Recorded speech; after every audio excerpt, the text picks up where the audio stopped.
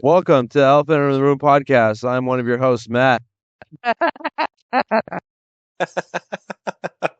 And I am Caesar. Fucking hell. Oh, shit. All right. All right. Wait, was that on purpose? Was that on purpose? That was not on purpose, bro. All right, I'm gonna leave that in. Nervous. Fucking I'm gonna leave it in. Oh. You can't leave that in. No, it's funny. Leave it in. Yeah, it's funny. Leave it in. Let's go. Okay. All right, here we go.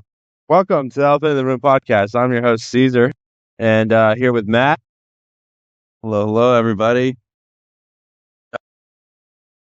All right, so we just finished 2024 election. Like we expected, Trump won. Things seemed to go a little more smoothly than expected. I totally thought that the Democrats were gonna take a while to Concede. Concede. That's the word I'm looking for. Yeah, a lot. I thought they were going to wait a lot longer to concede. So far, everything is looking like it's going to transition well. But who knows? Biden still has to make it through another 68 days. Well, we're going to talk about Trump's appointments so far and for his cabinet. Yeah, then we'll get a little bit of geopolitics afterwards. Yeah. We're going to talk about his cabinet and the implications into geopolitics that it has. Yeah. All right. Yes. So I guess we'll probably start here with Marco Rubio, the Secretary of State. Yeah, horrible pick. That was pretty much okay. So here's the thing about Marco Rubio. Marco Rubio is Miriam Adelson and her husband project. This was who they were grooming to be president. If you don't know who Miriam Adelson is, that is the number one donor of Trump's past campaign. $100 million. That's that nice Jew money. There is. So you got a staunch Zionist here who's and not just Zionist, which goes with MAGA, but so in regards to our criticisms of Trump's cabinet picks, it's going to be based off of if it aligns with what he said he was going to do. Now you have an establishment politician here who is pro-Ukraine war and he's pro-Zionist. And if you're appointing him as Secretary of State, it looked like what Trump did in his last administration, where he put deep state people into positions of power. Zelensky feels confident the war is going to continue. Putin says it's going to be more than just a single phone call to end everything. So yeah, it's going to be a lot of negotiations. Yeah, and then all right, so there's Marco Rubio, and then the Secretary of State works hand in hand with the UN ambassador, and I think who do you put for UN ambassador here? Elise Stefanik, another horrible pick, and that is essentially Nikki Haley 2.0, taking Nikki Haley's former position that she had in Trump's past administration. Yeah. All right. Really? Let's get to a fun pick though here. You got anything to say about that, Matt? About the UN ambassador?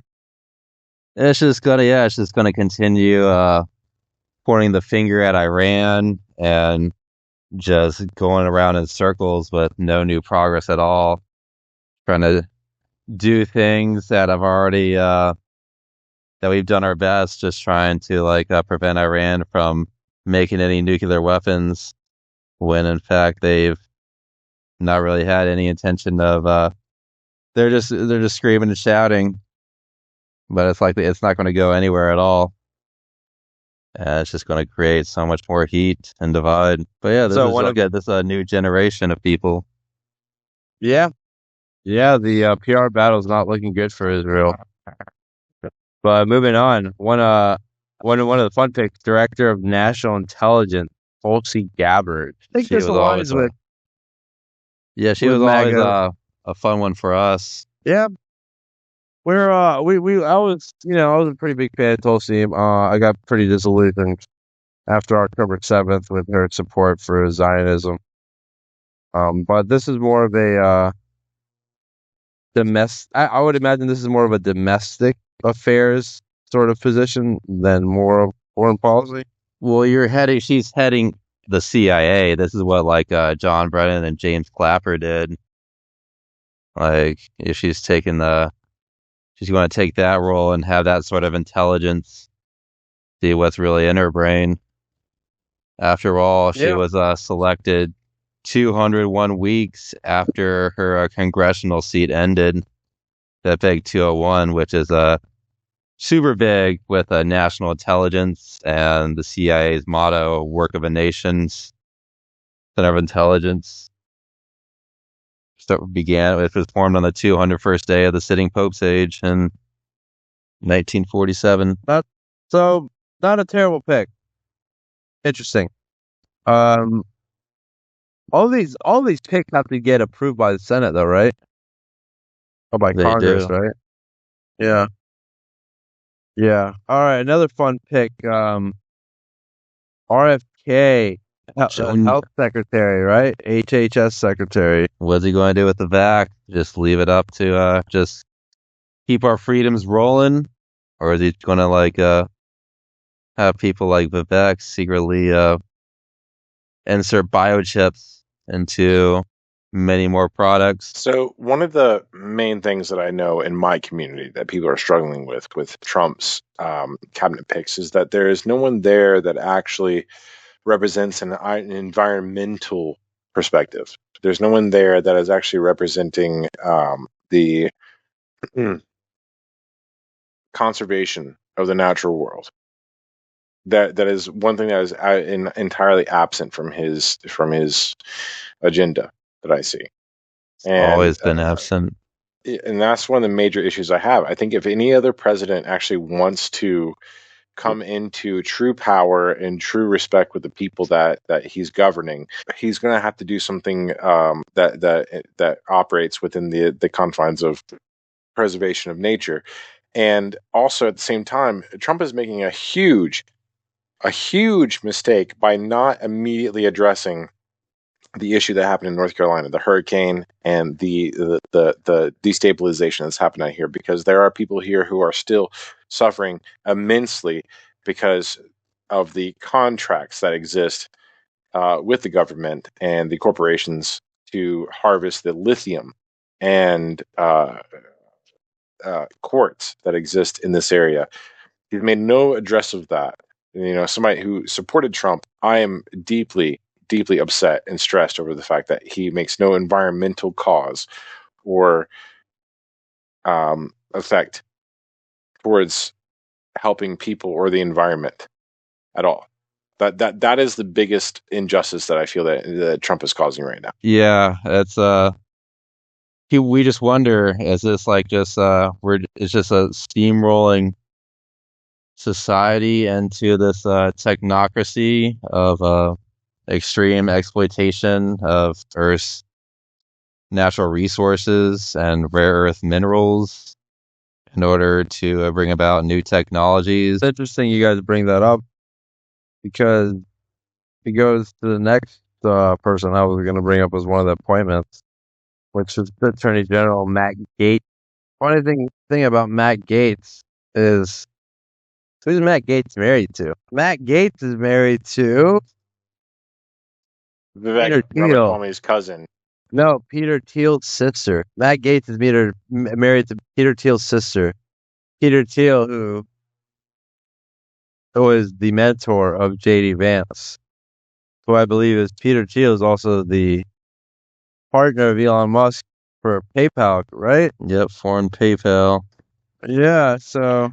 Well, it doesn't surprise me that they're all connected. Yeah, there was the big component of this was that these administrative picks really kicked off on a couple days ago. It happened on November 12th, which happened to be the Black Pope's birthday, the Superior General of the Jesuit Order.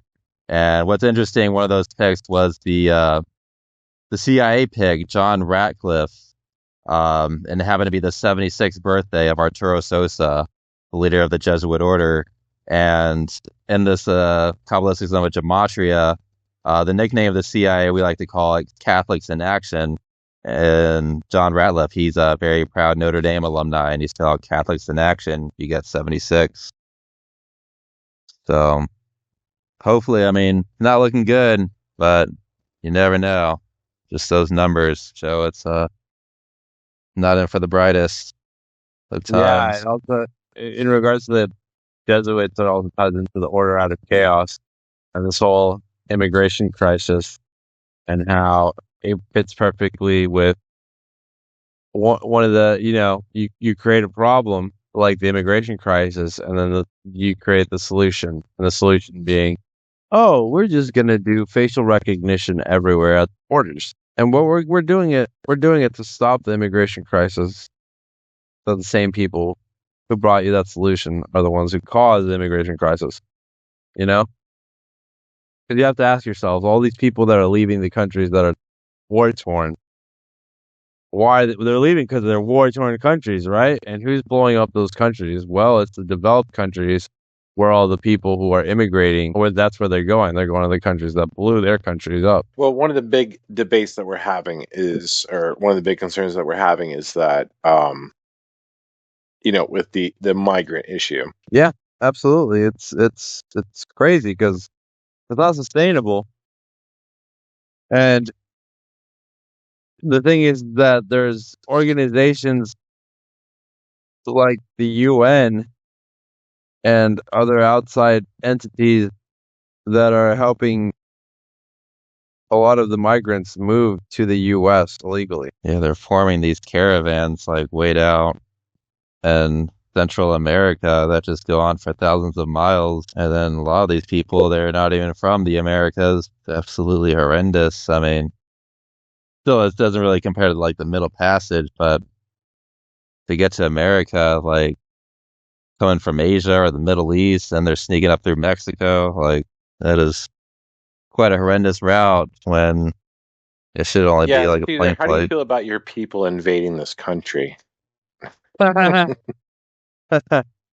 it's funny. It's because, well, a lot of it, it's, a lot of the people are coming through Latin America, but it's apparently they're getting in through Ecuador, and because in Ecuador you don't have to have a visa to get there, or you don't have, like, it's black in Ecuador, and then they go from Ecuador into Colombia, and then go from Colombia in through Panama all the way up north through Central America to get to the U.S.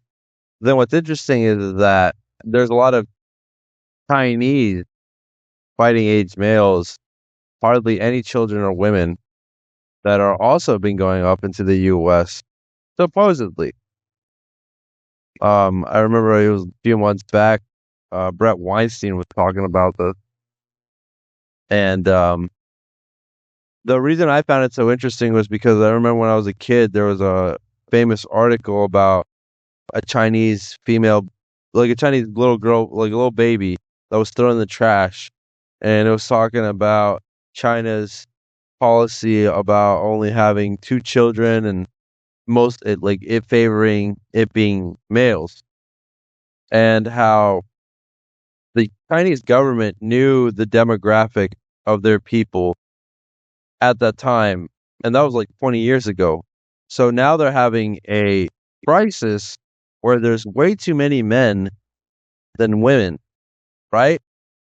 So why would you lead your population to have 30 extra million men than women?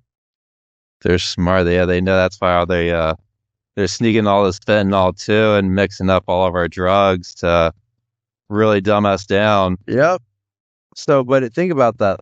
You have 30 extra million men, and you knew that 20 years ago. If you were trying to invade another country, that would be the perfect reason to do it. Because otherwise, why would you keep 30 million extra men in your country? That's just going to cause destabilization in the society. Because there's going to be 30 million men who are not going to be able to have a family. That's a lot. That's a huge amount of people, like of just men that are just pretty much stuck. But if they're used as an army to invade another country, well, that's just Well, perfect. that's why China has switched their military over to a protein-based diet and have also incentivized the expansion of their populace, having the most children possible. They're going back to like a 1950s standard where, there's women at home handling mathematics and the men are strictly militaristically uh, designed, right? They want physical fitness for their men. They want strength for their men. I mean, you look back into some of the ancient Christian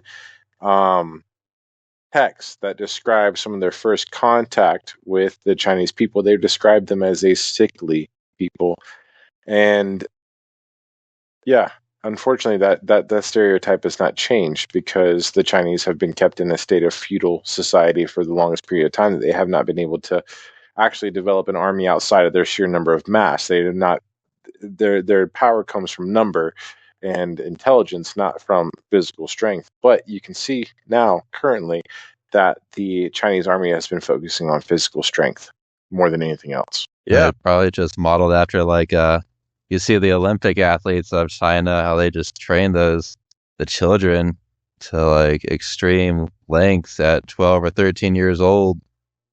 And they're so good at just keeping them disciplined and not have any distractions just through a strict governance. And Same thing if you compare TikTok about how the algorithm here is meant for entertainment and the algorithm there is meant for education. Oh yeah, I mean that also goes into the idea that TikTok can't own. That's the one of the big debates going on right now is that TikTok cannot own American-made content. It can't because that's the argument going on right now is that content that's made in America can't be considered owned by Chinese government. That's one of the issues. Oh, Also, that's interesting. yeah, that's one of the things that's going on right now is that there's a debate because like the whole thing was that Trump was saying, "Oh yeah, we're going to ban TikTok, we're going to do this thing, whatever." No, that's not happening.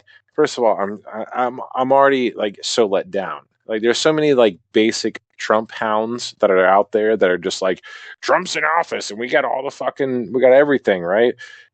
Dude, no, fuck the simpletons. I'm sick of the simpletons. We need a juridical class of people to come back and to play now. We need an educated class of people. We don't need um, the most attractive person influencing people, right? We need people who are actually educated to actually get people to a legitimate thought, right? Because what's happening is that Trump is pissing me off because first of all, he has nobody appointed to an environmental cause. He has nobody appointed to addressing the situation that happened with North Carolina. He is appointing people who are prominent social media figures, right? He says he learned so much from his previous administration, but what that you shouldn't use rhino Republicans who are hidden from the public eye that nobody knows about, Bush Republicans. No, he's just going to put everybody that's out there on social media so that he's just like click famous. No, like I appreciate the fact that he appointed Tulsi Gabbard, even though there's probably some discourse among us about why that is. I mean, you guys hate every politician, I do too, but it's not turning out, and this is the problem that I think a lot of people need to realize that they're happy that Trump's there, but the thing is that you're not paying attention. You're not paying attention to what's actually Absolutely. going on. See that's what I was saying about a year and a half ago. Which I wish we would have been doing this podcast a year and a half ago, so then everyone could have seen how right I was. Not just to be right, but really, what I was saying was, I thought that the establishment wanted Trump to win because I didn't think that the Democrats were so. Like, look, obviously they're incompetent. I just don't believe they're that incompetent. I don't believe they're so incompetent that they're playing out to keep Biden or run Kamala. I think they could have came up with another option. But really, what I think is that Trump is who they actually wanted, the establishment, because he did two things. One, he created a situation for the public to think that they're the ones which gave with false Well, sense of he security. created a disturbance. He created a disturbance. It broke people out of the linear mindset. Right. But he created disturbance and a movement, but then it was complete. If it was genuine, which I don't think it Infiltrated. was. Yeah, exactly. It was infiltrated. Because look, you look at Trump 2016 versus now. Now he has a huge donor. Before he was running it with his own money. Now he has a huge donor, Miriam Adelson, pretty much putting in.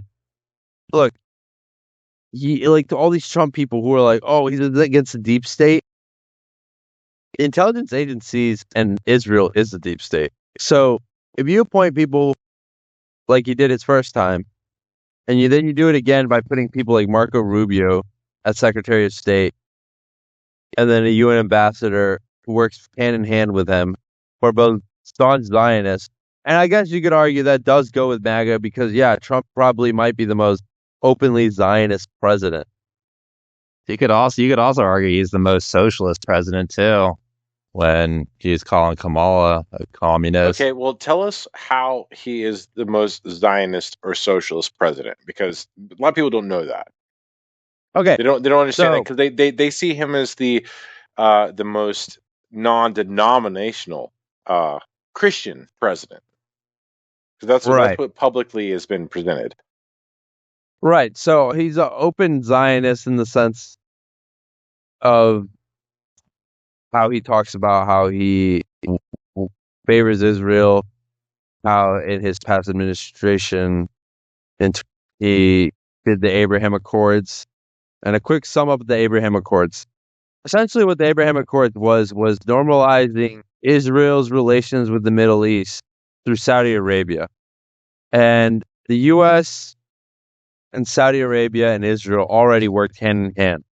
But the thing is, the relationship between Saudi Arabia and Israel is kind of strange because publicly they act like they don't really get along, but really they work hand in hand together. And that's because the majority of the population in Saudi Arabia is Muslim and they empathize with the Palestinian plight. But the Saudi Arabian king, the House of God. Yeah, they can't openly be in favor of Israel because that could risk an uproar. That could risk their country being destabilized because the majority of the public does not favor Israel. So, so here's the question: who likes Israel? Like, who is out there in the open approving of Israel? Because it seems like the UK, France. I mean, like on the average experience of every human being on this planet, right? Because any praise of Israel comes from like deep state, like covert sort of. No, there's like what you were talking about earlier. There's a lot of simpletons. The Southern evangelists, like Mike Huckabee now, who's Huckabee's the new ambassador to Israel. Yeah. And okay, so like you were talking about simpletons. It's funny you were saying this. Because I am a simpleton. No, you're not. No. Effectively, yeah. I mean, like comparatively, you guys do quite a lot of research in this. But the thing is that what's great is that like I get to sit here and be somebody that learns that perspective.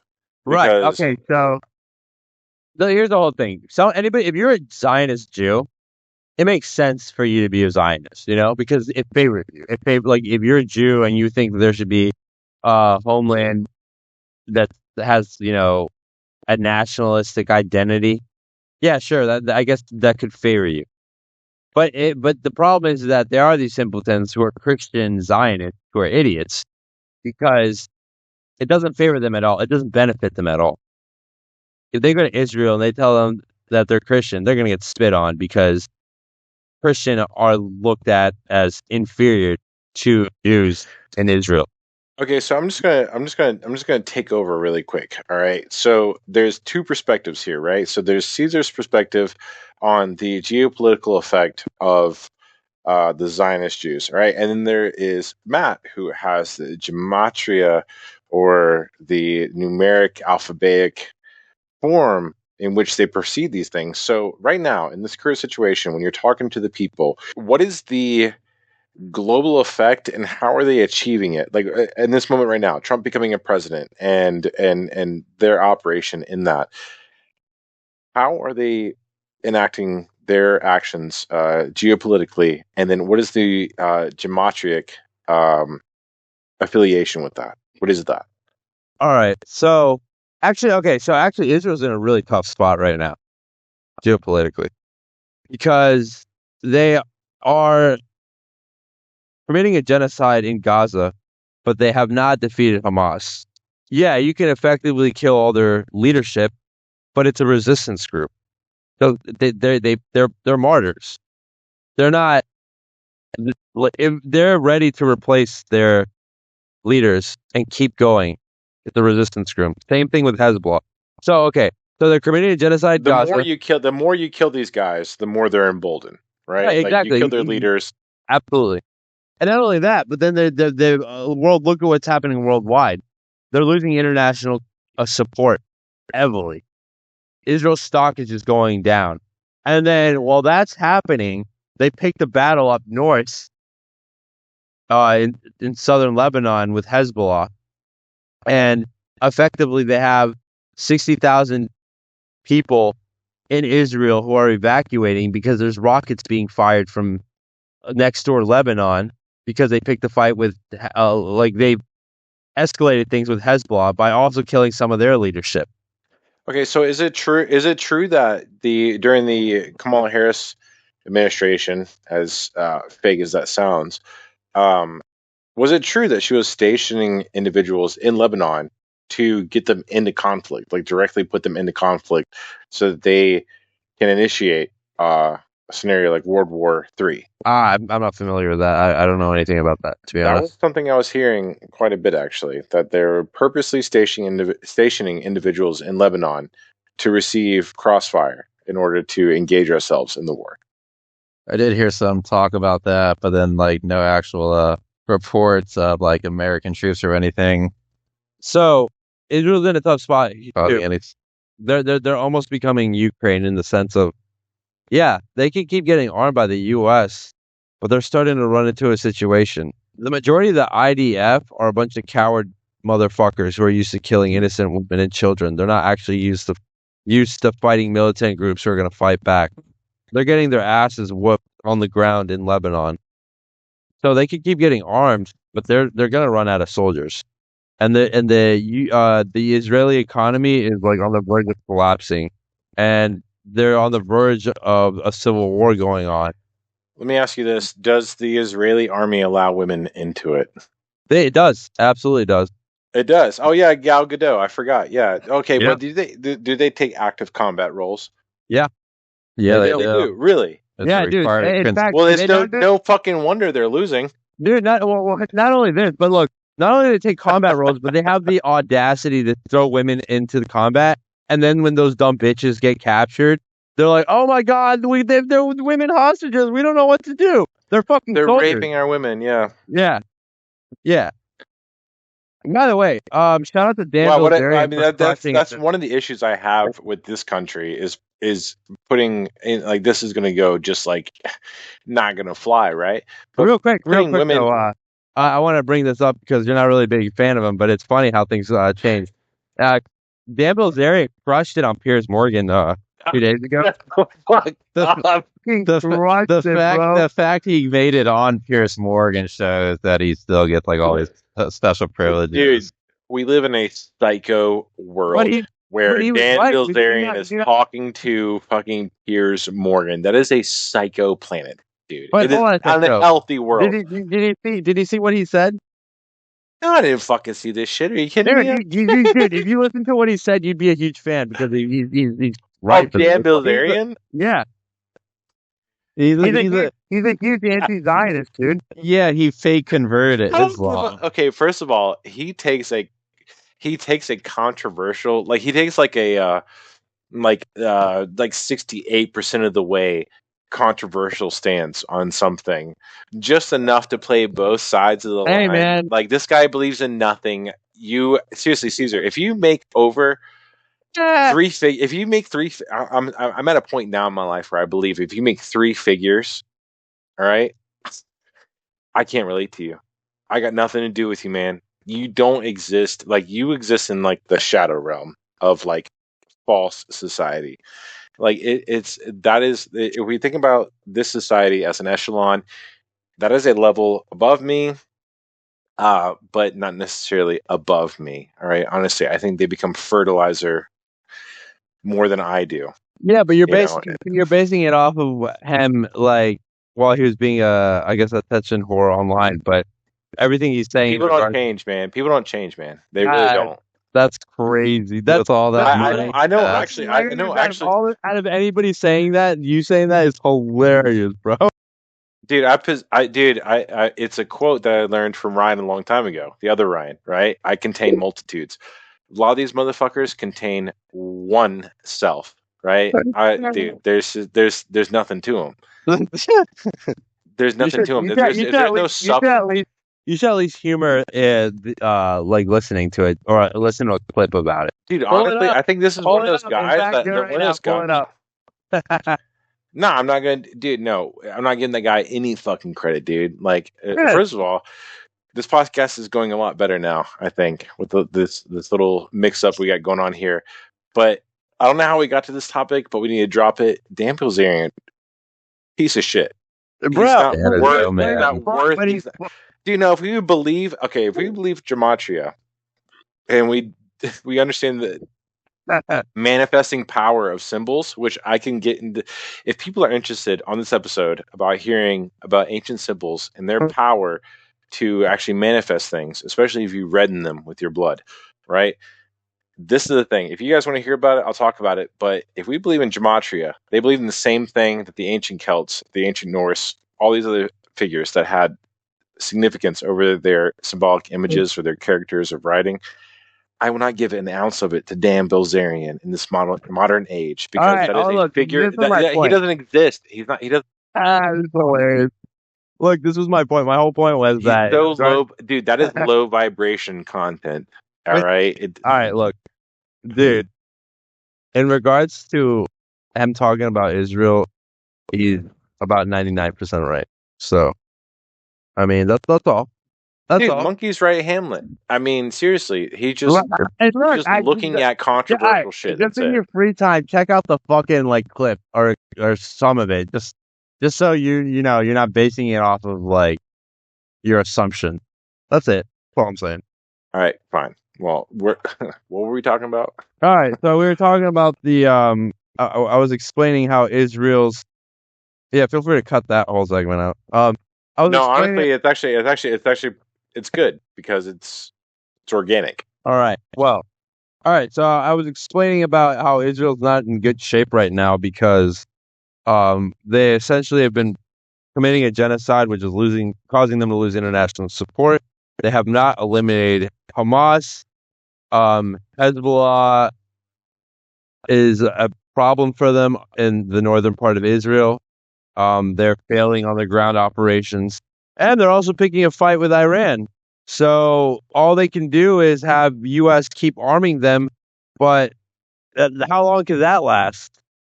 And then to top everything off, and to finish up real quick, the U.S. is in no position to bring both tables to negotiations.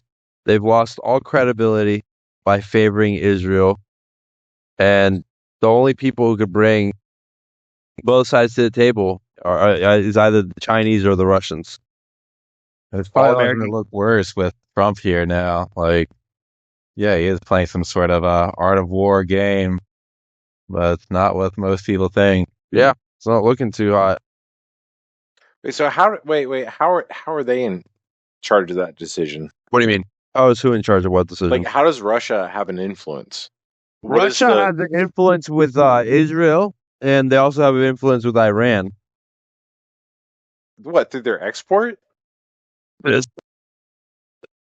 okay. In regards, they clearly have a good relationship with Iran. And then with Israel, I mean, they've always had a good, decent relationship because there's a lot of prominent Jews in Russia, and and because okay, so it's all about the world powers, right? A world power essentially is one of the big dogs who are going to come in and have other countries negotiate with each other, right? So Okay. the U.S. So essentially, what I'm saying is the U.S. has lost credibility with Iran and the opposing side of Israel in the Middle East. They've lost credibility because of what they've done in the last 20 years and their open bias towards Israel, right? Russia has not lost credibility because Russia has not been fucking around in the Middle East, and Russia's also a world power who can bring Iran to the table. Russia can cause like Israel. If Israel wants to negotiate, sure.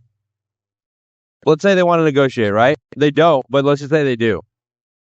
What's the U.S. going to do? They can't bring Iran to the table. I mean, They can bring who does the U.S. really have at this point besides Saudi Israel? Arabia, I mean, Yeah, yeah, right. like Saudi Arabia, all these Middle Eastern countries, they have none of and Europe. then they've got the UK and France. NATO. Yeah. But then, yeah, with Trump, he is supposedly that character. He's shaking up with NATO and going to create havoc with If you them. just look into it, Europe is about to like flip because of Donald Trump. They were playing his speeches live on TV, but like you look at Iceland, they just switched to a 4 day work, like a less hour work week, essentially benefited them. Denmark and Sweden right now are cutting down on their illegal immigration because it's gotten so bad over there. Like Europe's, we don't hear about it, right? Because we're just so overwhelmed with our own politics. But Europe is actually doing a lot right now because America's doing it, and it's No, crazy all how. that's happening really. Look, what's happening is the pendulum swimming. The pendulum is swinging, and nationalism is now on the rise. Sure, yeah, it is a group think political ideology, right? But it's simply like osmosis or any other type of genetic process that happens in the world. It's because one thing gets too big, becomes necrotic, and it feeds the fertilization of the other thing. I mean, this is a key part of the mysticism behind all of it all. Is that they know, and this is the thing. I've been studying the Celtic Golden Dawn, which is a reformation of the Hermetic Golden Dawn. And the thing is that it's all organic. It all takes place in the same system we have in this entire world. It's a natural law. One thing dies, it decomposes, it feeds another thing, and that's what they're doing. They are sending it back and forth. It's not a matter of having a staunch political ideology. We are subject to the times, and it's just it's just like this is the season of I guess conservatism and Republican influence.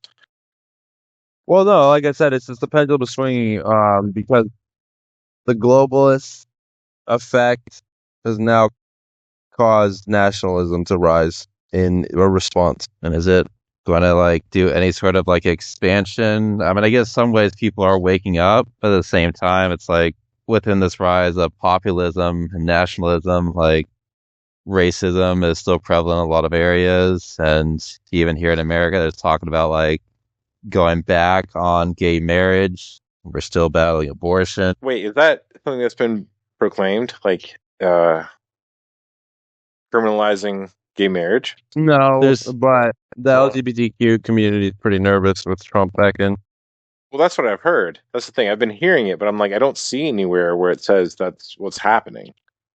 Yeah, I don't there know. might be some court cases coming on with some of these Well, pigs.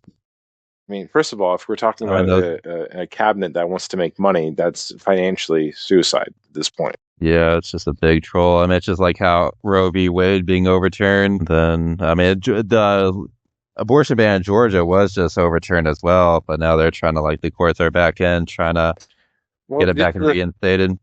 well, this is the thing. I mean, it wasn't like it was like a nationwide ban. It was just basically saying the states have. It was honestly more power to the people because the state has the ability to decide what the law is. So, like if a certain denomination of people live there, they can vote. They can be part of their communal system, right, and actually have an effect on government.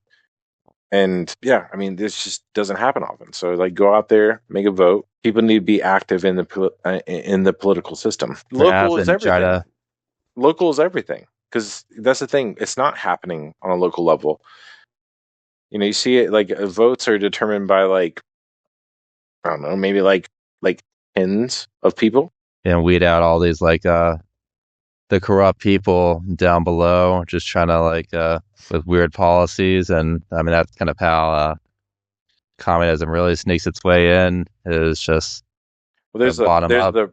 there's the promise in communism. Actually, it's something that was addressed, and that's probably why it makes it so politically like accessible for certain communists. Is because they actually address the idea of technology taking us out of a state of labor, right, where everything has to be achieved through immense labor, right?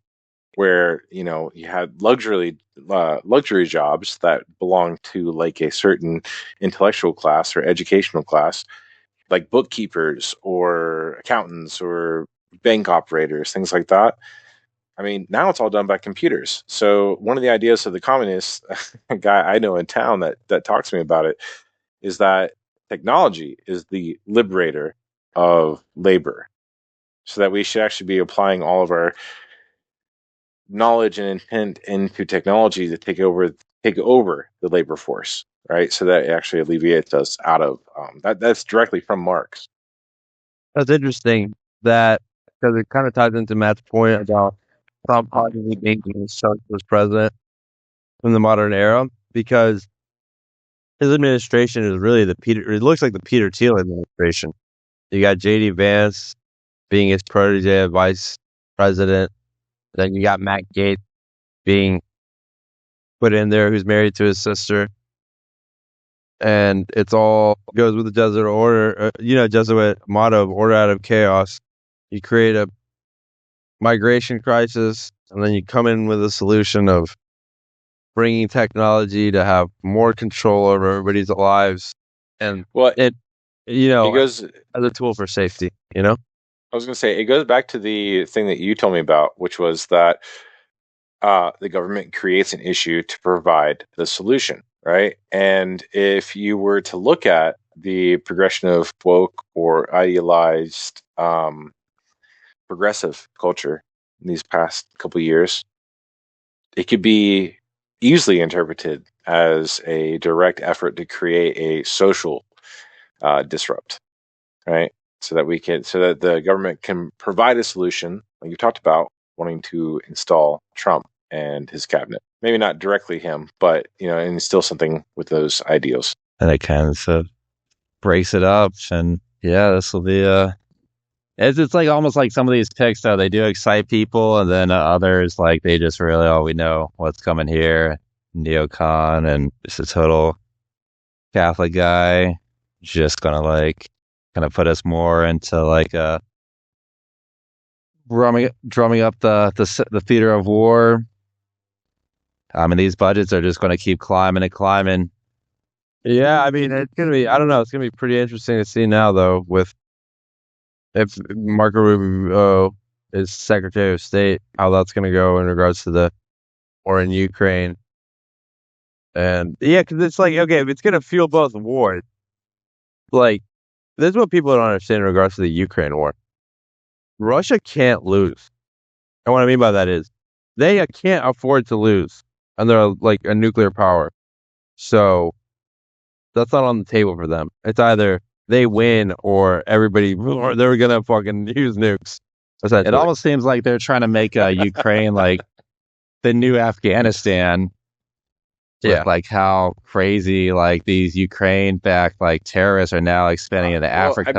And what an apt association, Afghanistan, right? I mean, like that. Russia's always been there, but it's never gone anywhere. So it's a natural occurrence to move it to somewhere else, right? Yeah, back in the Soviet days with the Mujahideen. I mean, in Afghanistan, they've never left. They've been able to defend their homeland for thousands of years. Yeah, Alexander the Great fell there. You can't. It's too hard of a country to take over. It's too mountainous. You know what? So okay, we got to close it up here soon. But it's funny you bring up Alexander the Great, because did you hear what happened to InfoWars? Oh yeah, they got shut down, right?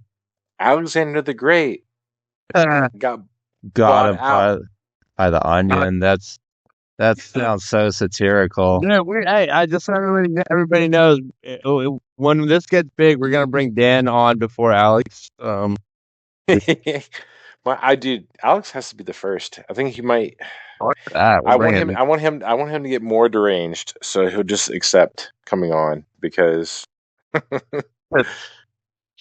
Yeah, so that's our goal, everybody. We're gonna try to get Dan Bilzerian on. Talk about how he woke up to how the Jews run everything. No, okay, just so everybody knows, it's not even about the Jews that run everything. It's like, yeah, that's another trend too. It's just a trend to jump on Jews, Right. Jews this, Jews that. Right. It doesn't end there, everybody. It doesn't end there. We got to go to the Vatican. We got to go to the Knights Templar. All these motherfuckers. It's all about the secret occult mystery religions, and that is down the rabbit hole. That is what you get to at the Wizard of Oz. What's behind the curtain? It's these secret occult mystery religions, and understanding that, and how we're all playing this game, and there's symbols in the game, but we got told that these symbols mean something else, when in reality they mean something else to other group of people who consider themselves better than the rest. Well, here's the other thing. Like when you understand the symbols, they don't appear as symbols; they appear as actions, like courses to take. They become webs into the future, like lines that you can hold on to and take in certain directions. Like it ties to the outcome of energies.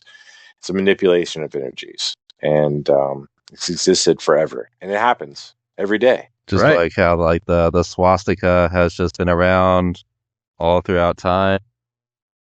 In every culture of the Eurasian steppe, the swastika has shown up in some capacity. It goes all the way back to the Scandinavian, to the Germanic tribes, and even to the Vedic Hindu religions, all the way even into continents like Japan.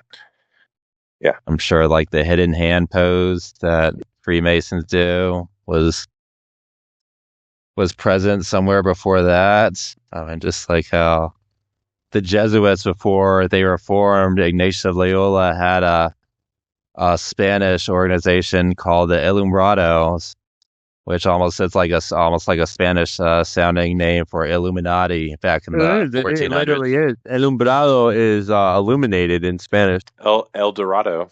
Yeah. No, alumbrado. Yeah, I know, but I'm saying, like, yeah.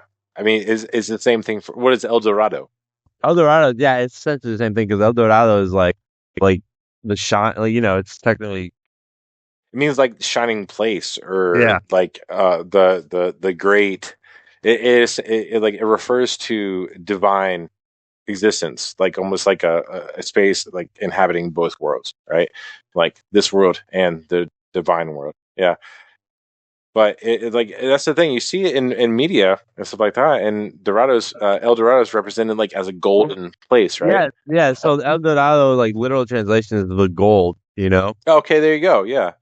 So, yeah, alumbrado is like illuminated, but yeah, no, it's interesting, especially because like how all of these symbols, how they say all roads lead back to Rome, and leads back to the Crusades and the Holy Land, and how that really goes back to the Middle East, in particular Israel and that region, and how everything that's happening geopolitically, you've heard about how this is related to the Bible and the end of times.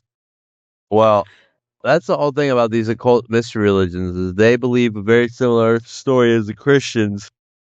But the reason they hate Christianity so much is because they think that Christianity is a bastardized version of what they believe. Well, fundamentally, so the idea of the word pagan means outside Christianity, a belief outside Christianity.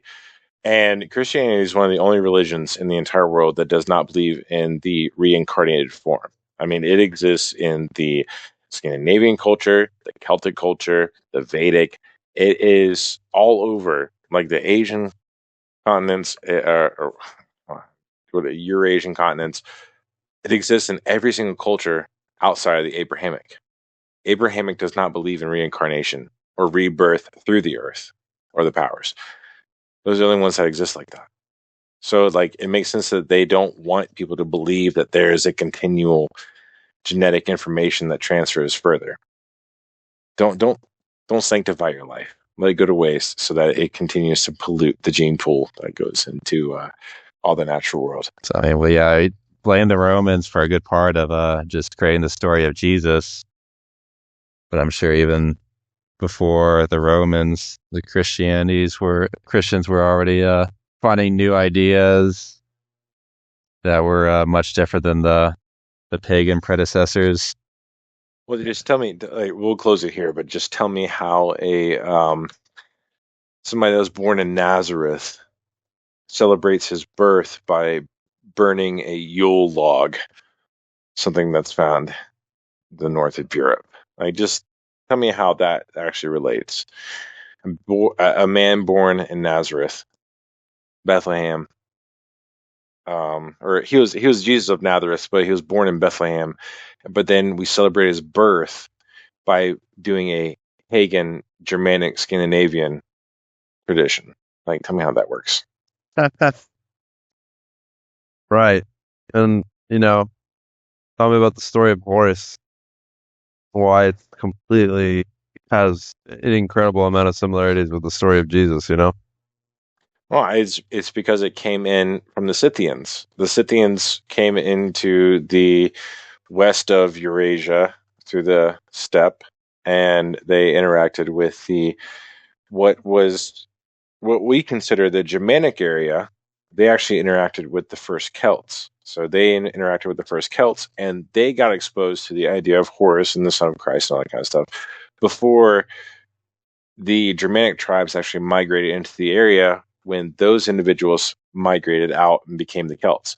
And that's why Celtic culture has so much tied into it with the Christianity and Catholicism, all that kind of stuff, and not so much into the more western half of Europe, because the Celts actually received that information first from the Scythians. Yeah, the Celts go back very, very long ancient lineage. Yeah, right. Because right now I'm studying Druidry, but the thing is trying to separate the Christian influence from the natural animist nature of the Druids before Christian influence.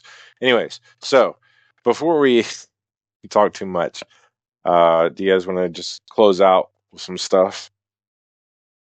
Some ideas, thoughts, reflections? So we'll be further discussing the specifics of the geopolitical situation in the Middle East and how that has connections with the past, giant microcosm of our relationship with the elite and regular people. So Yeah, what I'm saying is, we'll be discussing later more specific geopolitical details of the Middle East. Yeah, even to this day, it's such a critical issue for us here in America, while we're trying to break off from their oil system and trying to go to our own oil reserves. But part of this whole war in Israel and Palestine has to do with another oil pipeline. They do. Right near, what is that? Near Gaza, right? Right through Gaza. Cool. All right. See, from the river to the sea. Yeah. Yeah. Well, we'll definitely have some more news next week. Thanks for joining us. We'll be back. Okay, listeners. Stay educated. Question. And we'll see you back here. Stay shining. Goodbye.